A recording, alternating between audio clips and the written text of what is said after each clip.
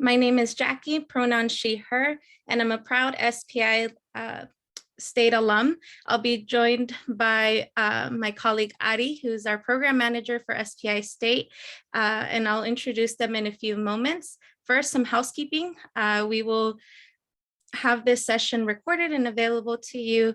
As mentioned, feel free to post questions in the Q&A box throughout the presentation. Questions in the chat will not be answered. Definitely please add your questions in the Q&A and we'll get to them. Lastly, please note that the webinar is being recorded. As an overview of the agenda, we'll share the background information on the Women's Foundation California. We'll introduce you to the Solis Policy Institute, SPI for short, and formerly known as WPI, and share information about the structure of the program. A current fellow, thank you, Flor, for joining us, will speak on their experience in SPI. We will go over the application process, and last but not least, we'll have time to go over the Q&A portion. Please do not unmute yourself during this portion of the webinar. We'll ask you to submit all questions on the Q&A box. With that, I'd like to introduce Ari by first saying that the Solis Policy Institute is a flagship program of the Women's Foundation California. We will be starting the 20-year with the 2023 class, and it is widely recognized as one of the most successful policy advocacy training programs in the US. Let me introduce Ari, our program manager for SPI State. Thanks, Jackie. Hi, everyone, and thank you for joining us today. So as Jackie said, I'm Ari. My pronouns are my name and they and them. And I'm calling in from Huchin Ohlone territory, otherwise known as Oakland. And so Women's Foundation California is a statewide, publicly supported foundation dedicated to achieving gender, racial, and economic justice by centering the experience and expertise of the communities most impacted by systemic injustice. What we mean by saying we're publicly supported is that we raise all the money we give away or use for programs like the SPI. We were founded on the belief that those who experience injustice are also those who are best suited to develop solutions that will work in the context of their communities. We are defined by a feminist, intersectional, progressive, multi-issue movement building approach, and our core values as an organization are community, justice, and well-being. We work to invest in, train, and connect community leaders to advance gender, racial, and economic justice. We do this by providing grants to community-led organizations, training community-based leaders through our renowned Solis Policy Institute, and fostering a community of advocates, donors, policymakers, grant makers, academics, and many others through convenings to share knowledge and strengthen the social justice movement in California. Today, we'll focus on the train component of the Women's Foundation strategy, but if you have questions about other aspects of our work, please feel free to reach out. We would also like to mention that as an organization based on gender justice, we recognize that gender-based discrimination and violence disproportionately impacts transgender people. The SPI is open to transgender women, non-binary and genderqueer people, and transgender men, as well as cisgender women. Please review our website for more information on our TGI values. So the foundation launched the Solis Policy Institute, then known as the Women's Policy Institute, in 2003 after an external assessment of our grant making found that while we were successful at impacting the lives of many women and their families, we had not fundamentally changed the conditions of their lives. We recognize the need for community-based organizations and leaders to influence policy in order to ensure that progressive change was happening in California. We spent more than 2 years conducting research, talking with stakeholders, and designing this nationally recognized program. In 2015, we expanded our groundbreaking SPI state program to the local level, training fellows on local level policy advocacy, including city, county, school districts, etc. This current application period, however, is only for individuals interested in SPI state. The next SPI local application period will be in early 2023 as those applications just closed. Last year, we changed our name to Dr. Beatriz María Solís Policy Institute in honor of the late Bia Solis and through a partnership with the California Endowment. Our new Solis Policy Institute celebrates Bia's commitment to championing the leadership of self-identifying women and girls of color and gender-expensive folks across the state. Renaming the Institute honors Bia's legacy and brings greater alignment to our gender-inclusive work at the foundation.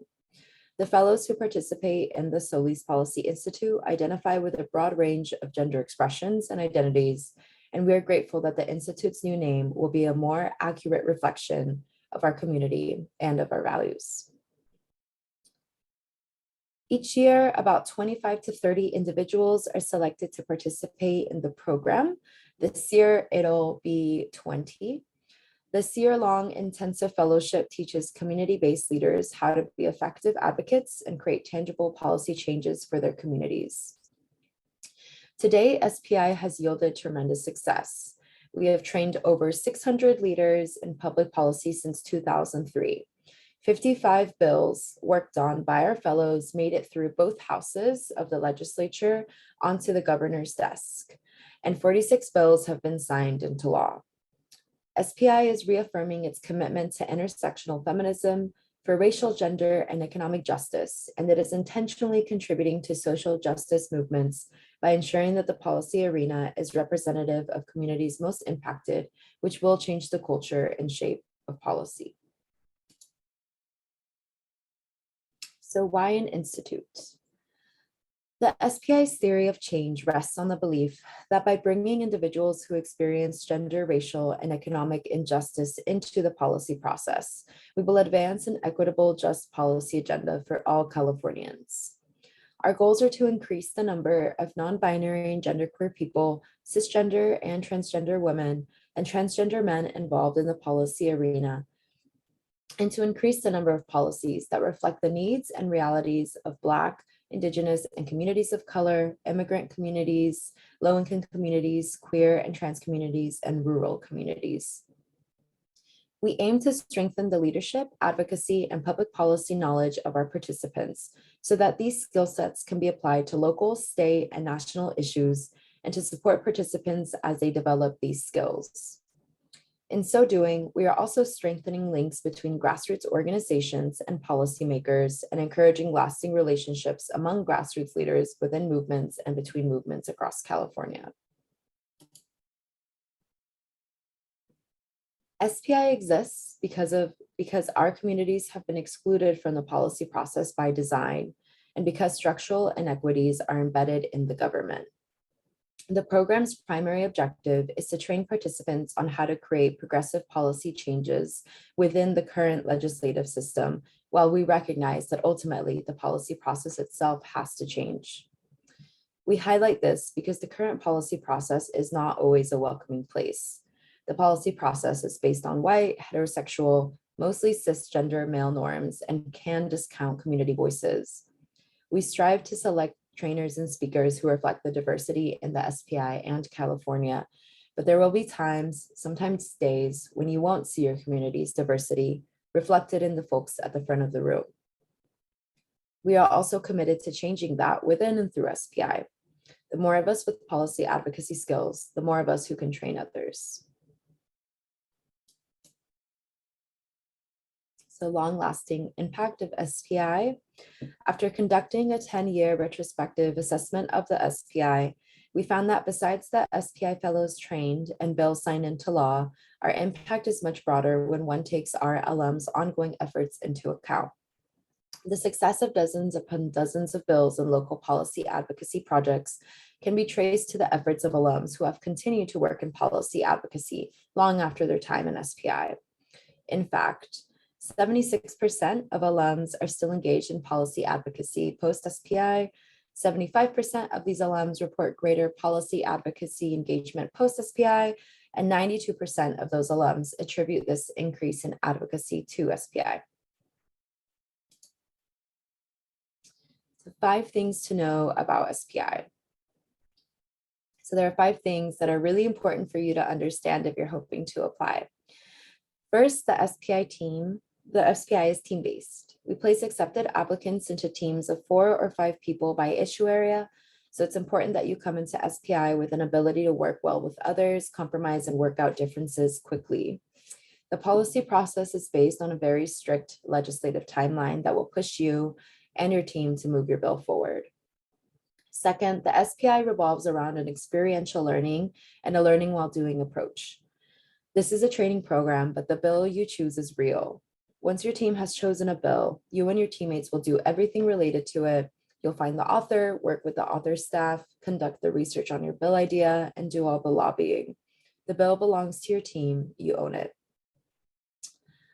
And remember that your team may choose a policy idea that is not a priority for you and your agents or your agency. This program requires you to still work on your team's bill, so make sure that your agency knows that they must give you paid staff time to participate fully in SPI. Third, the SPI fosters individual leadership development. One of our priorities is to help our fellows grow their leadership skills, eliminate self-limiting thoughts and behaviors, step out of their comfort zone, and increase personal agency. Our alums overwhelmingly feel that they grew more confident as a result of their participation in SPI. Fourth, and I'm sorry about the slide snafu, but that's supposed to say centering Black lives and trans justice. And then learn to create policy rooted in an intersectional framework. So fourth, the SPI operates within an intersectional framework, meaning our cohorts engage in conversations about anti-oppressive policymaking, power, gender identities, and more. Our fellows are expected to participate in these conversations as we believe this is integral to creating policy that empowers our communities. We are committed to responding to and prioritizing Black, Indigenous, people of color, and trans leadership. So the 2023 year will especially focus on ensuring that we create policy that integrates an anti-racism and transgender justice lens. Fifth, the SPI emphasizes cross-movement building. One of the beauties of the SPI is that it brings together members of various social movements, many of which have been siloed for decades. Fellows take part in a fair amount of inter-team work, which allows for each team to incorporate ideas grounded in other social justice perspectives. You should expect to learn, grow, and be pushed by your fellow SPIers. Cross-movement building is an integral part of the Women's Foundation strategy for building broader and more interconnected social justice networks in California.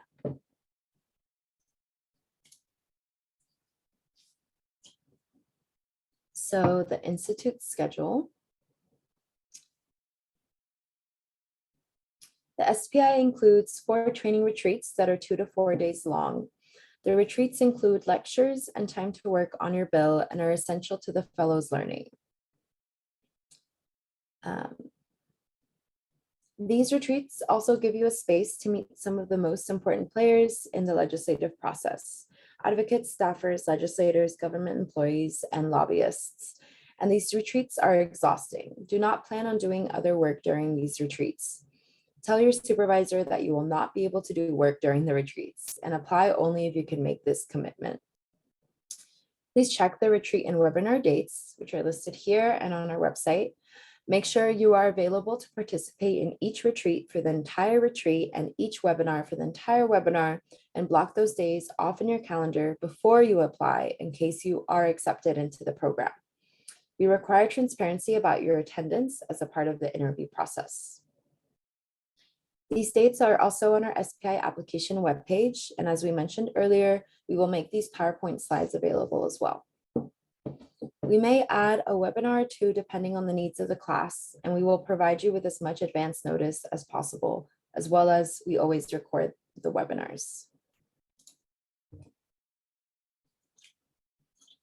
So what does the year look like? Retreat 1, you will spend time getting to know each other, getting to know us and your mentor. We will discuss the SPI, begin teaching you the policy process, and focusing on the legislative process. You will meet with your team and experts in your issue area and decide on 2 to 3 policy project ideas. We will also include sessions that reflect our intersectional values, such as examining dominant culture and transgender, gender variant, and intersex justice trainings. Retreat 2. You will finalize your policy project and begin to look for a potential author. You will continue to integrate a gender, racial, and economic lens into your projects as necessary, and we will continue with trainings that reflect our intersectional framework. Retreat 3. We get you ready for hearings and prepare you to do testimony, including a mock hearing. We also have a public speaking trainer who works with you on your testimony. You'll also be working on your communications and advocacy strategies. Retreat 4. So the last retreat, we will talk about getting to the governor's desk, as well as other avenues for state policymaking, local public policy, and how you can bring your training back home and to your organization. We celebrate your accomplishments with a graduation. And then between each of the retreats, you will have weekly team calls, be required to read materials and view supplemental lessons, participate in the 7 webinars, in addition to conducting significant team and individual work to advance your bill. How teams decide on bills, the 4 M's. When you are looking for a policy project, you will consider the 4 M's: meaningful, movable, manageable, and maintainable. For the most part, teams have an easy time picking a bill that is meaningful. Of the 4 M's, what's probably most key for this fellowship is movable. We know that the fellows who feel they've learned the most were able to get their bill to the governor's desk. Their bill was movable. It's important that you work with bills during the SPI that don't cost a lot of money or come with huge opposition, because we want the bills to move as far along in the legislative process as possible for your own learning. We'll work with each team to help you select a bill, but it's best to set your sights now on identifying a good bill, making good change, but not something that has a high ticket price, powerful opponents, or requires a lot of time and resources. Learn the process, then come back after you graduate for those bills. And so now we will get to hear from Flor Hunt, an SPI State 2020 alum, to speak about her experience in the SPI. And so we've asked Flor to introduce herself and talk about team, a little bit about the bill that she worked on. And she'll also share a little bit about her experience in the SPI and any final comments that she'd like to share with you all. So thank you, Flor.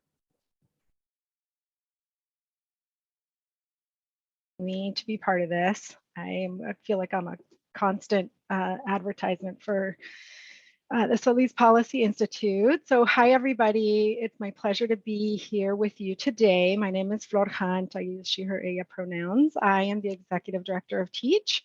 We are training in early abortion for comprehensive health care. And as Adi said, I was part of the SPI class of 2020, which was the COVID class. There have been COVID classes since then, but we were the OGs, which meant that halfway through our year, everything went virtual and everybody's bill was canceled. So it was a really interesting experience. And I think what Adi said about her final point was like, go graduate and then do it for reals or do a bigger, bolder version. That is exactly where I find myself this year. And I am so incredibly grateful to the María Solís Policy Institute for giving me kind of the experience and the knowledge and the confidence to be able to do this type of advocacy, because I just don't think that I would be so comfortable doing it without you guys. And with the support of Adi and Jackie and Marisol and the folks who run the program and do such a wonderful job. So I just want to start off by saying that, because if I don't get it out, then I'm just going to like keep going back to that first. Okay, so the nitty gritty, and I know I have 5 minutes and I have a tendency to like want to tell you everything. So I will do my best to rein it in. So we started working on a bill. We had a really wonderful team. I was part of the reproductive health rights and justice team.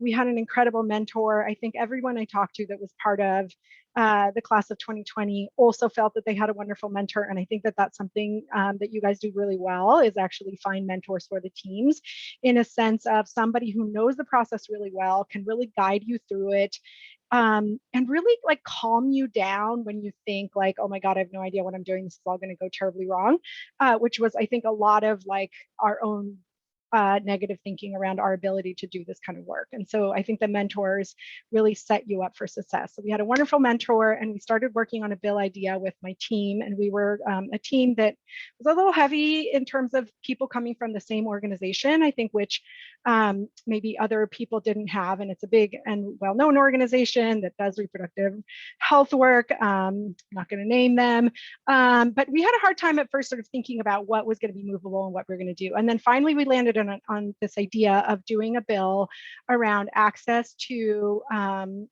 care for Medi-Cal recipients who were using the presumptive eligibility because of pregnancy program, and really looking at how to expand the scope of care that they could provide. And we got to the point where we did our PIP,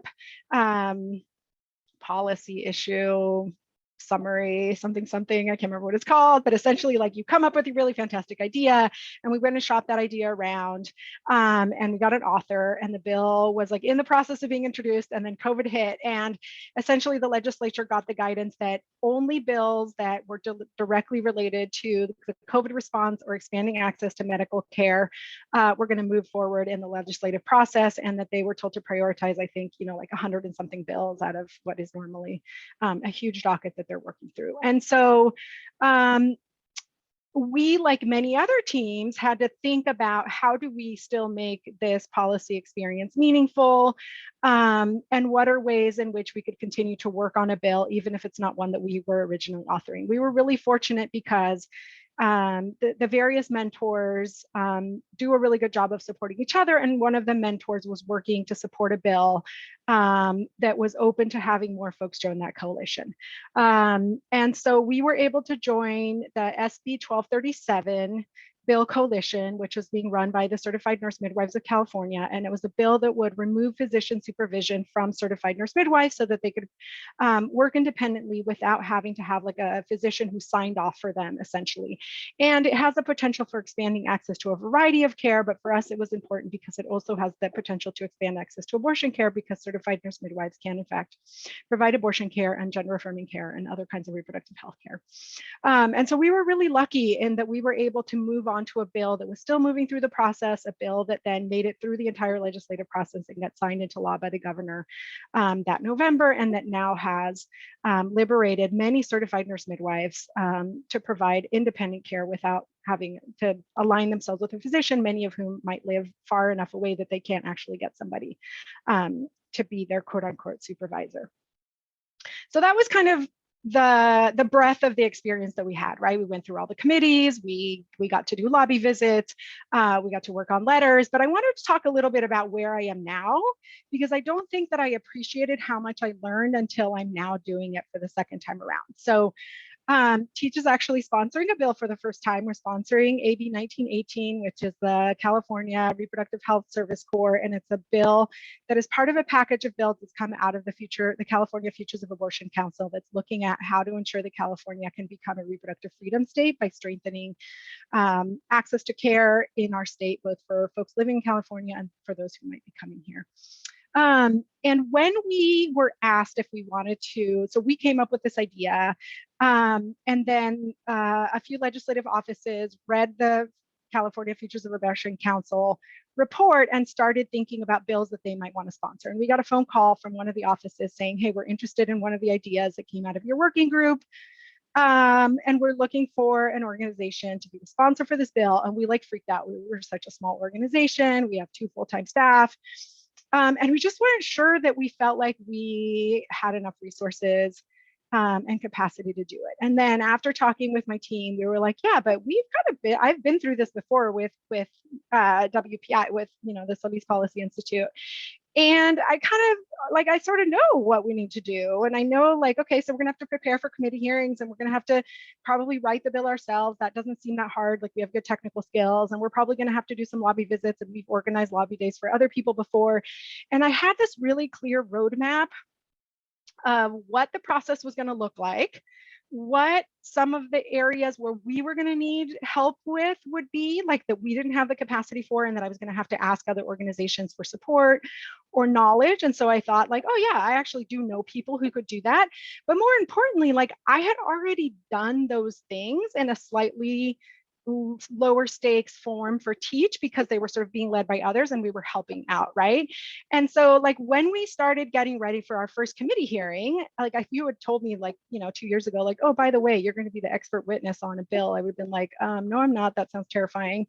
And also like, I'm not an expert on anything. What are you talking about, right? I felt super prepared. I had done the rehearsal. I came at the mock hearing with my WPI group. Sorry, I keep saying WPI because I'm just so used to identifying as WPI with my SPI group. We had like fake senators like asking us questions. I was actually a little disappointed when we had the actual hearing and nobody asked us anything. And so that experiential learning means that you actually have experience running into real world situations under your belt afterwards. And I think that that's really different than doing trainings or doing like a webinar or even like a mock situation.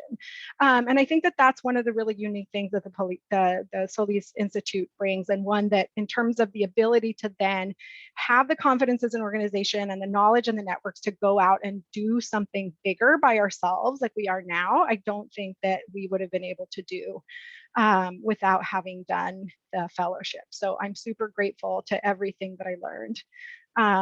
And just the way in which the Women's Foundation of California sort of supports folks that are doing real work to come up with policy solutions and think about the problems that they want to fix. I have my manual.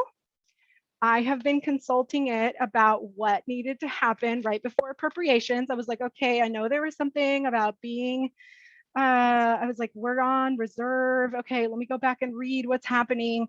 And so, as I think about kind of what are the things that I found like the most valuable in the process, I think one is having really amazing mentors, because that mentorship doesn't, because you are like in issue cohorts, these are folks who actually work on and are part of the coalitions and the spaces that you belong to. And so having those mentors and having people who can kind of guide you in the future, I think has been really important. I think the experiential learning for me was extremely valuable. And then I think the third piece is sort of being part of this larger community. There's a listserv that folks are part of. We support each other in terms of, our policy proposals and work going forward. And like I got, Teach as a small organization. Like I said, we didn't have any specific funding, and we were able to get an alumni funded grant to do some of our advocacy work this year. And so it is, I think, in a lot of ways, sort of entering into an advocacy space that is really supportive, as opposed to, I now have this new area of work that's part of my responsibilities, and you're sort of being thrown to the wolves to navigate it on your own. So I think, I'm sure that was more than 5 minutes. I'm sorry, you guys. I really tried. Thank you so much, Flor. No, that was perfect. And we were early on time, so it was perfect. And congrats to Teach for sponsoring. Thank you. Yeah. I know we've made it through the first, so we made it through the House. We are going into, we were double referred. So we had 2 committee hearings on the House side, and then on the Senate, we only have 1. We have our next committee hearing on Wednesday in Health, and then we'll go to the Senate vote, and it's looking, I think, very positive that our bill is going to make it through the process. And unlike in our WPI bill that we were like, what's the cheapest bill we can think of? We're asking for $40 million for our bill idea. And if we get it, we think we can do a lot of really wonderful things. So that's incredible. Sending you really good energy. Thank you, Flor. I was like, I'll have to buy a new outfit to go, feel serious in the Senate. Well, thank you. And so Flor will be on for the rest of the webinar. So you can also, for folks tuning in, you can also direct questions to her in the Q&A box as well. And we'll get to them at the end of the webinar. Awesome. Okay, so we'll continue on with eligibility. So as stated before, we accept non-binary and genderqueer people, cisgender and transgender women, and transgender men. And while we work hard to make sure that correct pronouns are used by fellows, trainers, and policymakers, we often can't control when someone uses the incorrect pronoun for someone else. Recognizing that no place is 100% safe, we are striving for a brave space that is welcoming and affirming to all and that has procedures in place for when harm occurs. We accept individuals living or working in any part of California and working in a community-based or nonprofit setting with the full support of their employer and or supervisor. If you are not currently employed by a community-based or nonprofit organization, please email the SPI program after this webinar to seek advice about your eligibility. If you are planning on going to school or know you will change jobs during the SPI year, this will not be a good year to apply. As part of your application, you will be asked to agree to a full list of participation requirements. Your supervisor will also be asked to sign this document. Do yourself, the program, and your organization a favor and don't underplay those requirements. And the email will be included at the end of this presentation as well. So, cost of the fellowship. Thanks to the generous support of many funders, the fellowship is free as it is fully subsidized by Women's Foundation California.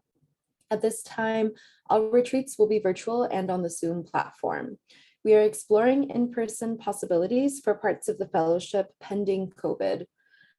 The program funds a mentor, as Flor said, for each team, and each team is given stipends for costs related to work on their bill and in between retreats. Lastly, if you have children, we provide childcare reimbursements to help cover the cost of childcare during the time that you will need to be in retreats. We also potentially can provide stipends for technology as well. The application process. The online application form on SurveyMonkey Apply will direct you through a set of individual and organizational questions. You will also be prompted to upload a one-page resume and the applicant requirements agreement, and you can download this form from the application itself. Again, you and your supervisor must both initial each of the agreements and sign at the bottom of the document. If you do not have access to a printer, please make sure to email us at the SPI email. One of the application tasks is an individual narrative, which entails answering a series of questions that you can find in the application form on SurveyMonkey Apply. This year, we are also providing the option of submitting a video to answer a portion of the individual narrative questions. Please refer to the application instructions on SurveyMonkey Apply for more specifics. I want to point out two specific questions on the individual narrative. So the first is that we ask you to include a paragraph from your supervisor describing why your participation in SPI will benefit your organization and employer. Include the name, title, and email of the individual making the statement. This would be written and not part of the video. So if you're planning to apply, make sure to give your supervisor enough time to provide you with that paragraph. Second, we ask you to describe how you will manage participating in a process and system that is not always safe for individuals who have experienced trauma and or oppression. So this year's issue areas. We aim to feature teams working to address racism, anti-Blackness, and cis-hetero patriarchy through the following specific areas: criminal justice reform, economic security, reproductive health, rights and justice, trauma services and prevention, and community health. And in community health, we especially encourage folks working on environmental justice and or racial or trans health disparities. You'll find the complete descriptions of these issue areas on our SPI state application webpage. And then when you look at the application webpage, you'll notice that under each issue area, there are sub-issues. So in order for a team to be able to create and work on a bill, they need to have a common interest within the sub-issues. For example, environmental health is a sub-issue under community health. In order to take an applicant who works on environmental health into the program, we would need 4 other applicants who also work on environmental health. So forward the information about the SPI to people you know who work on similar issues. So selection criteria and what makes a strong candidate. There's a selection committee that convenes in August to decide on finalists. Fellows will be selected through a competitive application process, and we will select approximately 20 fellows in total this year. Applicants will be contacted by email no later than August 17th this year to inform them of the committee's decision. Successful applicants will possess deep content knowledge, which can be lived, learned, or from work, ability to get along with others, how participating in the SPI will increase the policy advocacy work at your organization or in your community, commitment to learning and full participation, and full support of your employer during and between retreats. We build teams. So the teams of 5 will have diversity of experience and geographic representation. Ideally, as Flo had mentioned, it doesn't always happen, but ideally, diversity of backgrounds. So that means age, gender, ethnicity, sexual orientation, ability, and then similar policy interests within each primary issue area. We'd also like to conclude by reminding you that we take many factors into consideration when selecting the fellows for each cohort. So if you're not admitted this year, please try again next year. We strongly encourage second and third applications. And so we're now going to be transitioning into the Q&A. Please again use the Q&A box for all questions, should be at the right in the center of your toggle for Zoom. And then if there are any questions we don't get to, I'll send a follow-up email with answers. Jackie will through the SPI email. And the webinar that we're having next week is mostly just going to be a Q&A session as well, if you'd like to join for that.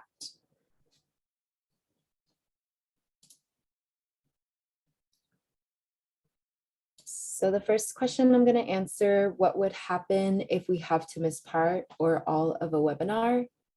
So it's not ideal, but things happen. So, or sometimes there are already meetings that are scheduled. So we typically just have you watch the recording of the webinar, and then we have an evaluation for each webinar, and the evaluations are mandatory. So basically how we hold accountability for watching them is that you have to watch it and then submit the evaluation for it. And so that's basically what happens.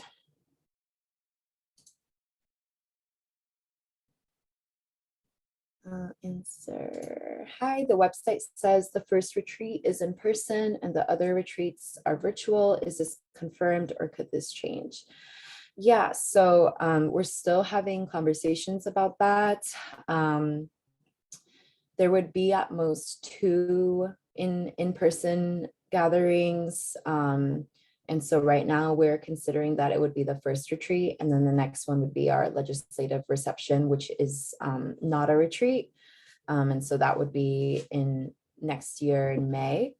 But it's still pending as of now. We look at COVID data and stats, and we also take into account what people's comfort level is in the cohort. So, but we definitely know that the second retreat and third retreat, for instance, would remain virtual because that's when there tends to be COVID spikes.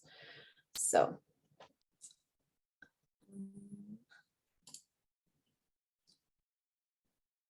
One of the questions disappeared. Oh, okay, I see. So Jackie typed an answer to one of the questions, which was, what are examples of bills that have been successful in this program? So Jackie answered with a link. I'm not sure if other folks can see it, but it's on our website. We have a really up-to-date and more in-depth list of bills that we've gotten through to the governor's desk and signed. Are the mentors all alum? How are mentors chosen? The mentors can change. So for example, this year we had 2 mentors, or no, 3 mentors. Wait, now let me count. 4 mentors who are alums. And then we have had 1 mentor who's been a mentor since like almost the beginning of the program. So basically is an alum of the program itself.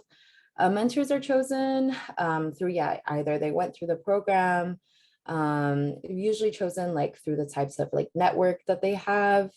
And and also like their interest. And so this past year, we recruited for one new mentor, and she was chosen because the previous mentor for that issue area recommended her. So it's kind of word of mouth, and ideally an alum or really close to the program or has already worked with the program before. There's more questions, but also just want to remind y'all that Floyd is also here. So if you're curious about the participant side of it, recommend asking questions to her as well. Okay, my mouse keeps disappearing. So my organization may have some issues around grant funding and lobbying, so I'm not sure yet if any of our staff will be able to apply. Have you come across this before, and do you have any suggestions? I would recommend emailing the SPI email directly. We usually will provide our fellows with like lobbying percentages. Ever since we went virtual, our lobbying percentages have gone down significantly. And we also host a lobbying webinar at the start of the fellowship to support fellows and also tracking their lobbying if it's really important for their organization. So I would recommend emailing if you have more specific concerns, like around the grant funding, for instance. But we do know that sometimes folks just can't apply because it's not in the budget, or there's not enough organizational capacity. Does each 5-person group decide via consensus what the bill is that they will work on collectively? Flor, do you want to answer that or talk a little bit about how your team decided on that? Sure. So this for us was actually kind of hard because we had a lot of ideas, and some of our really good ideas didn't pan out. And so what I will say for our group, which I think is true for others, is that yes, there does have to be consensus. So everyone has to be able to live with that decision. One of the things that for us was also really important as organizations that were all part of other advocacy coalitions and that worked with organizations in a more long-term capacity was that we were not taking on an issue that was going to create a problem for another organization.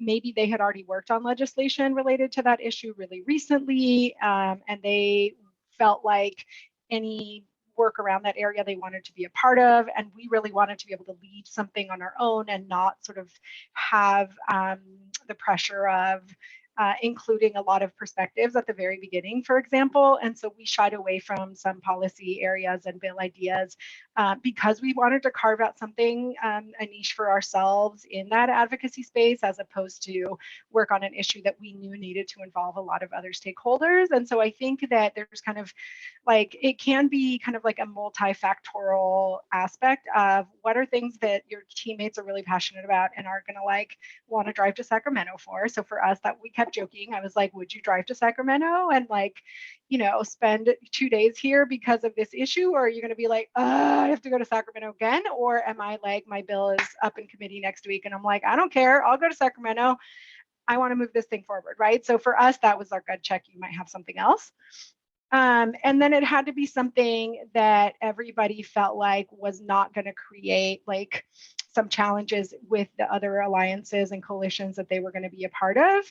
And then the third piece for us, there was varying levels of comfort working with certain thematic areas, right? So for us, we had an idea to work on a sexual violence bill, but then when digging a little deeper into our own personal feelings around working with the criminal justice system, people in our group felt like they didn't really actually want to be interacting with the police a lot as part of our process. And we knew that in order to move a bill forward of that nature, we would need to do that. So there was also kind of a like, what kind of spaces are you willing to occupy and who are you willing to engage in? And is that a space where you're going to feel safe? understanding that a lot of this is a learning experience, and it's really about gaining the confidence and ability to navigate this process, right? And so I think that was another important consideration for us. Like what we're going to be able to do where we really could learn, and then we can go off into our organizations and decide to do whatever we want afterwards on our own time. Thanks, Flor. Yeah, and then can I just address the last question around advocacy as well? Because that was certainly a question that Teach had when we embarked on being a co-sponsor for this bill. There are organizations out there like Boulder Advocacy that can provide free support and advice to organizations that want to do legislative advocacy. So I really suggest talking to them first. You probably can do it from a legal perspective. It's more, like Ari had said, around capacity. But I think it's always great to reach out to others. That there are plenty of organizations that is like literally what they do is help you decide whether or not you can do that. So thanks, Flor. That's super helpful. Yeah, so that's Boulder Advocacy. Thank you for that. Jackie, do you want to answer this question too? Jackie was also an alum, Flor this year, so I'm curious on how your team came to the decision. Yeah, of course. Our team as well, everyone came from different interests, if you will. I was part of the economic security team, so it's pretty broad. So we had to come together, meet with experts. Actually, that I really enjoyed that. Our mentor was able to set up calls and just meetings to be able to hear from different experts on what issue area would really benefit from our support. So we had quite a few of those meetings, and at the end, we decided to vote on the bill that we worked on. For many of us, it wasn't anything that we had previous experience in, but we felt like we needed to put all our efforts into that bill. Thanks, Jackie. Yeah, and I think the last thing I'll just add is that we have each team at the start of the fellowship create basically team agreements. And so that can also be used to sort of help your team on your decision-making processes. But yeah, thanks for that. That's a great question.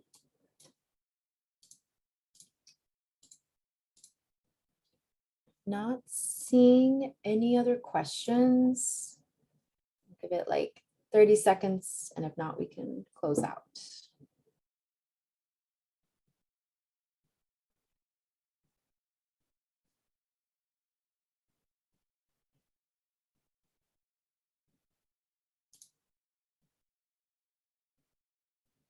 All right.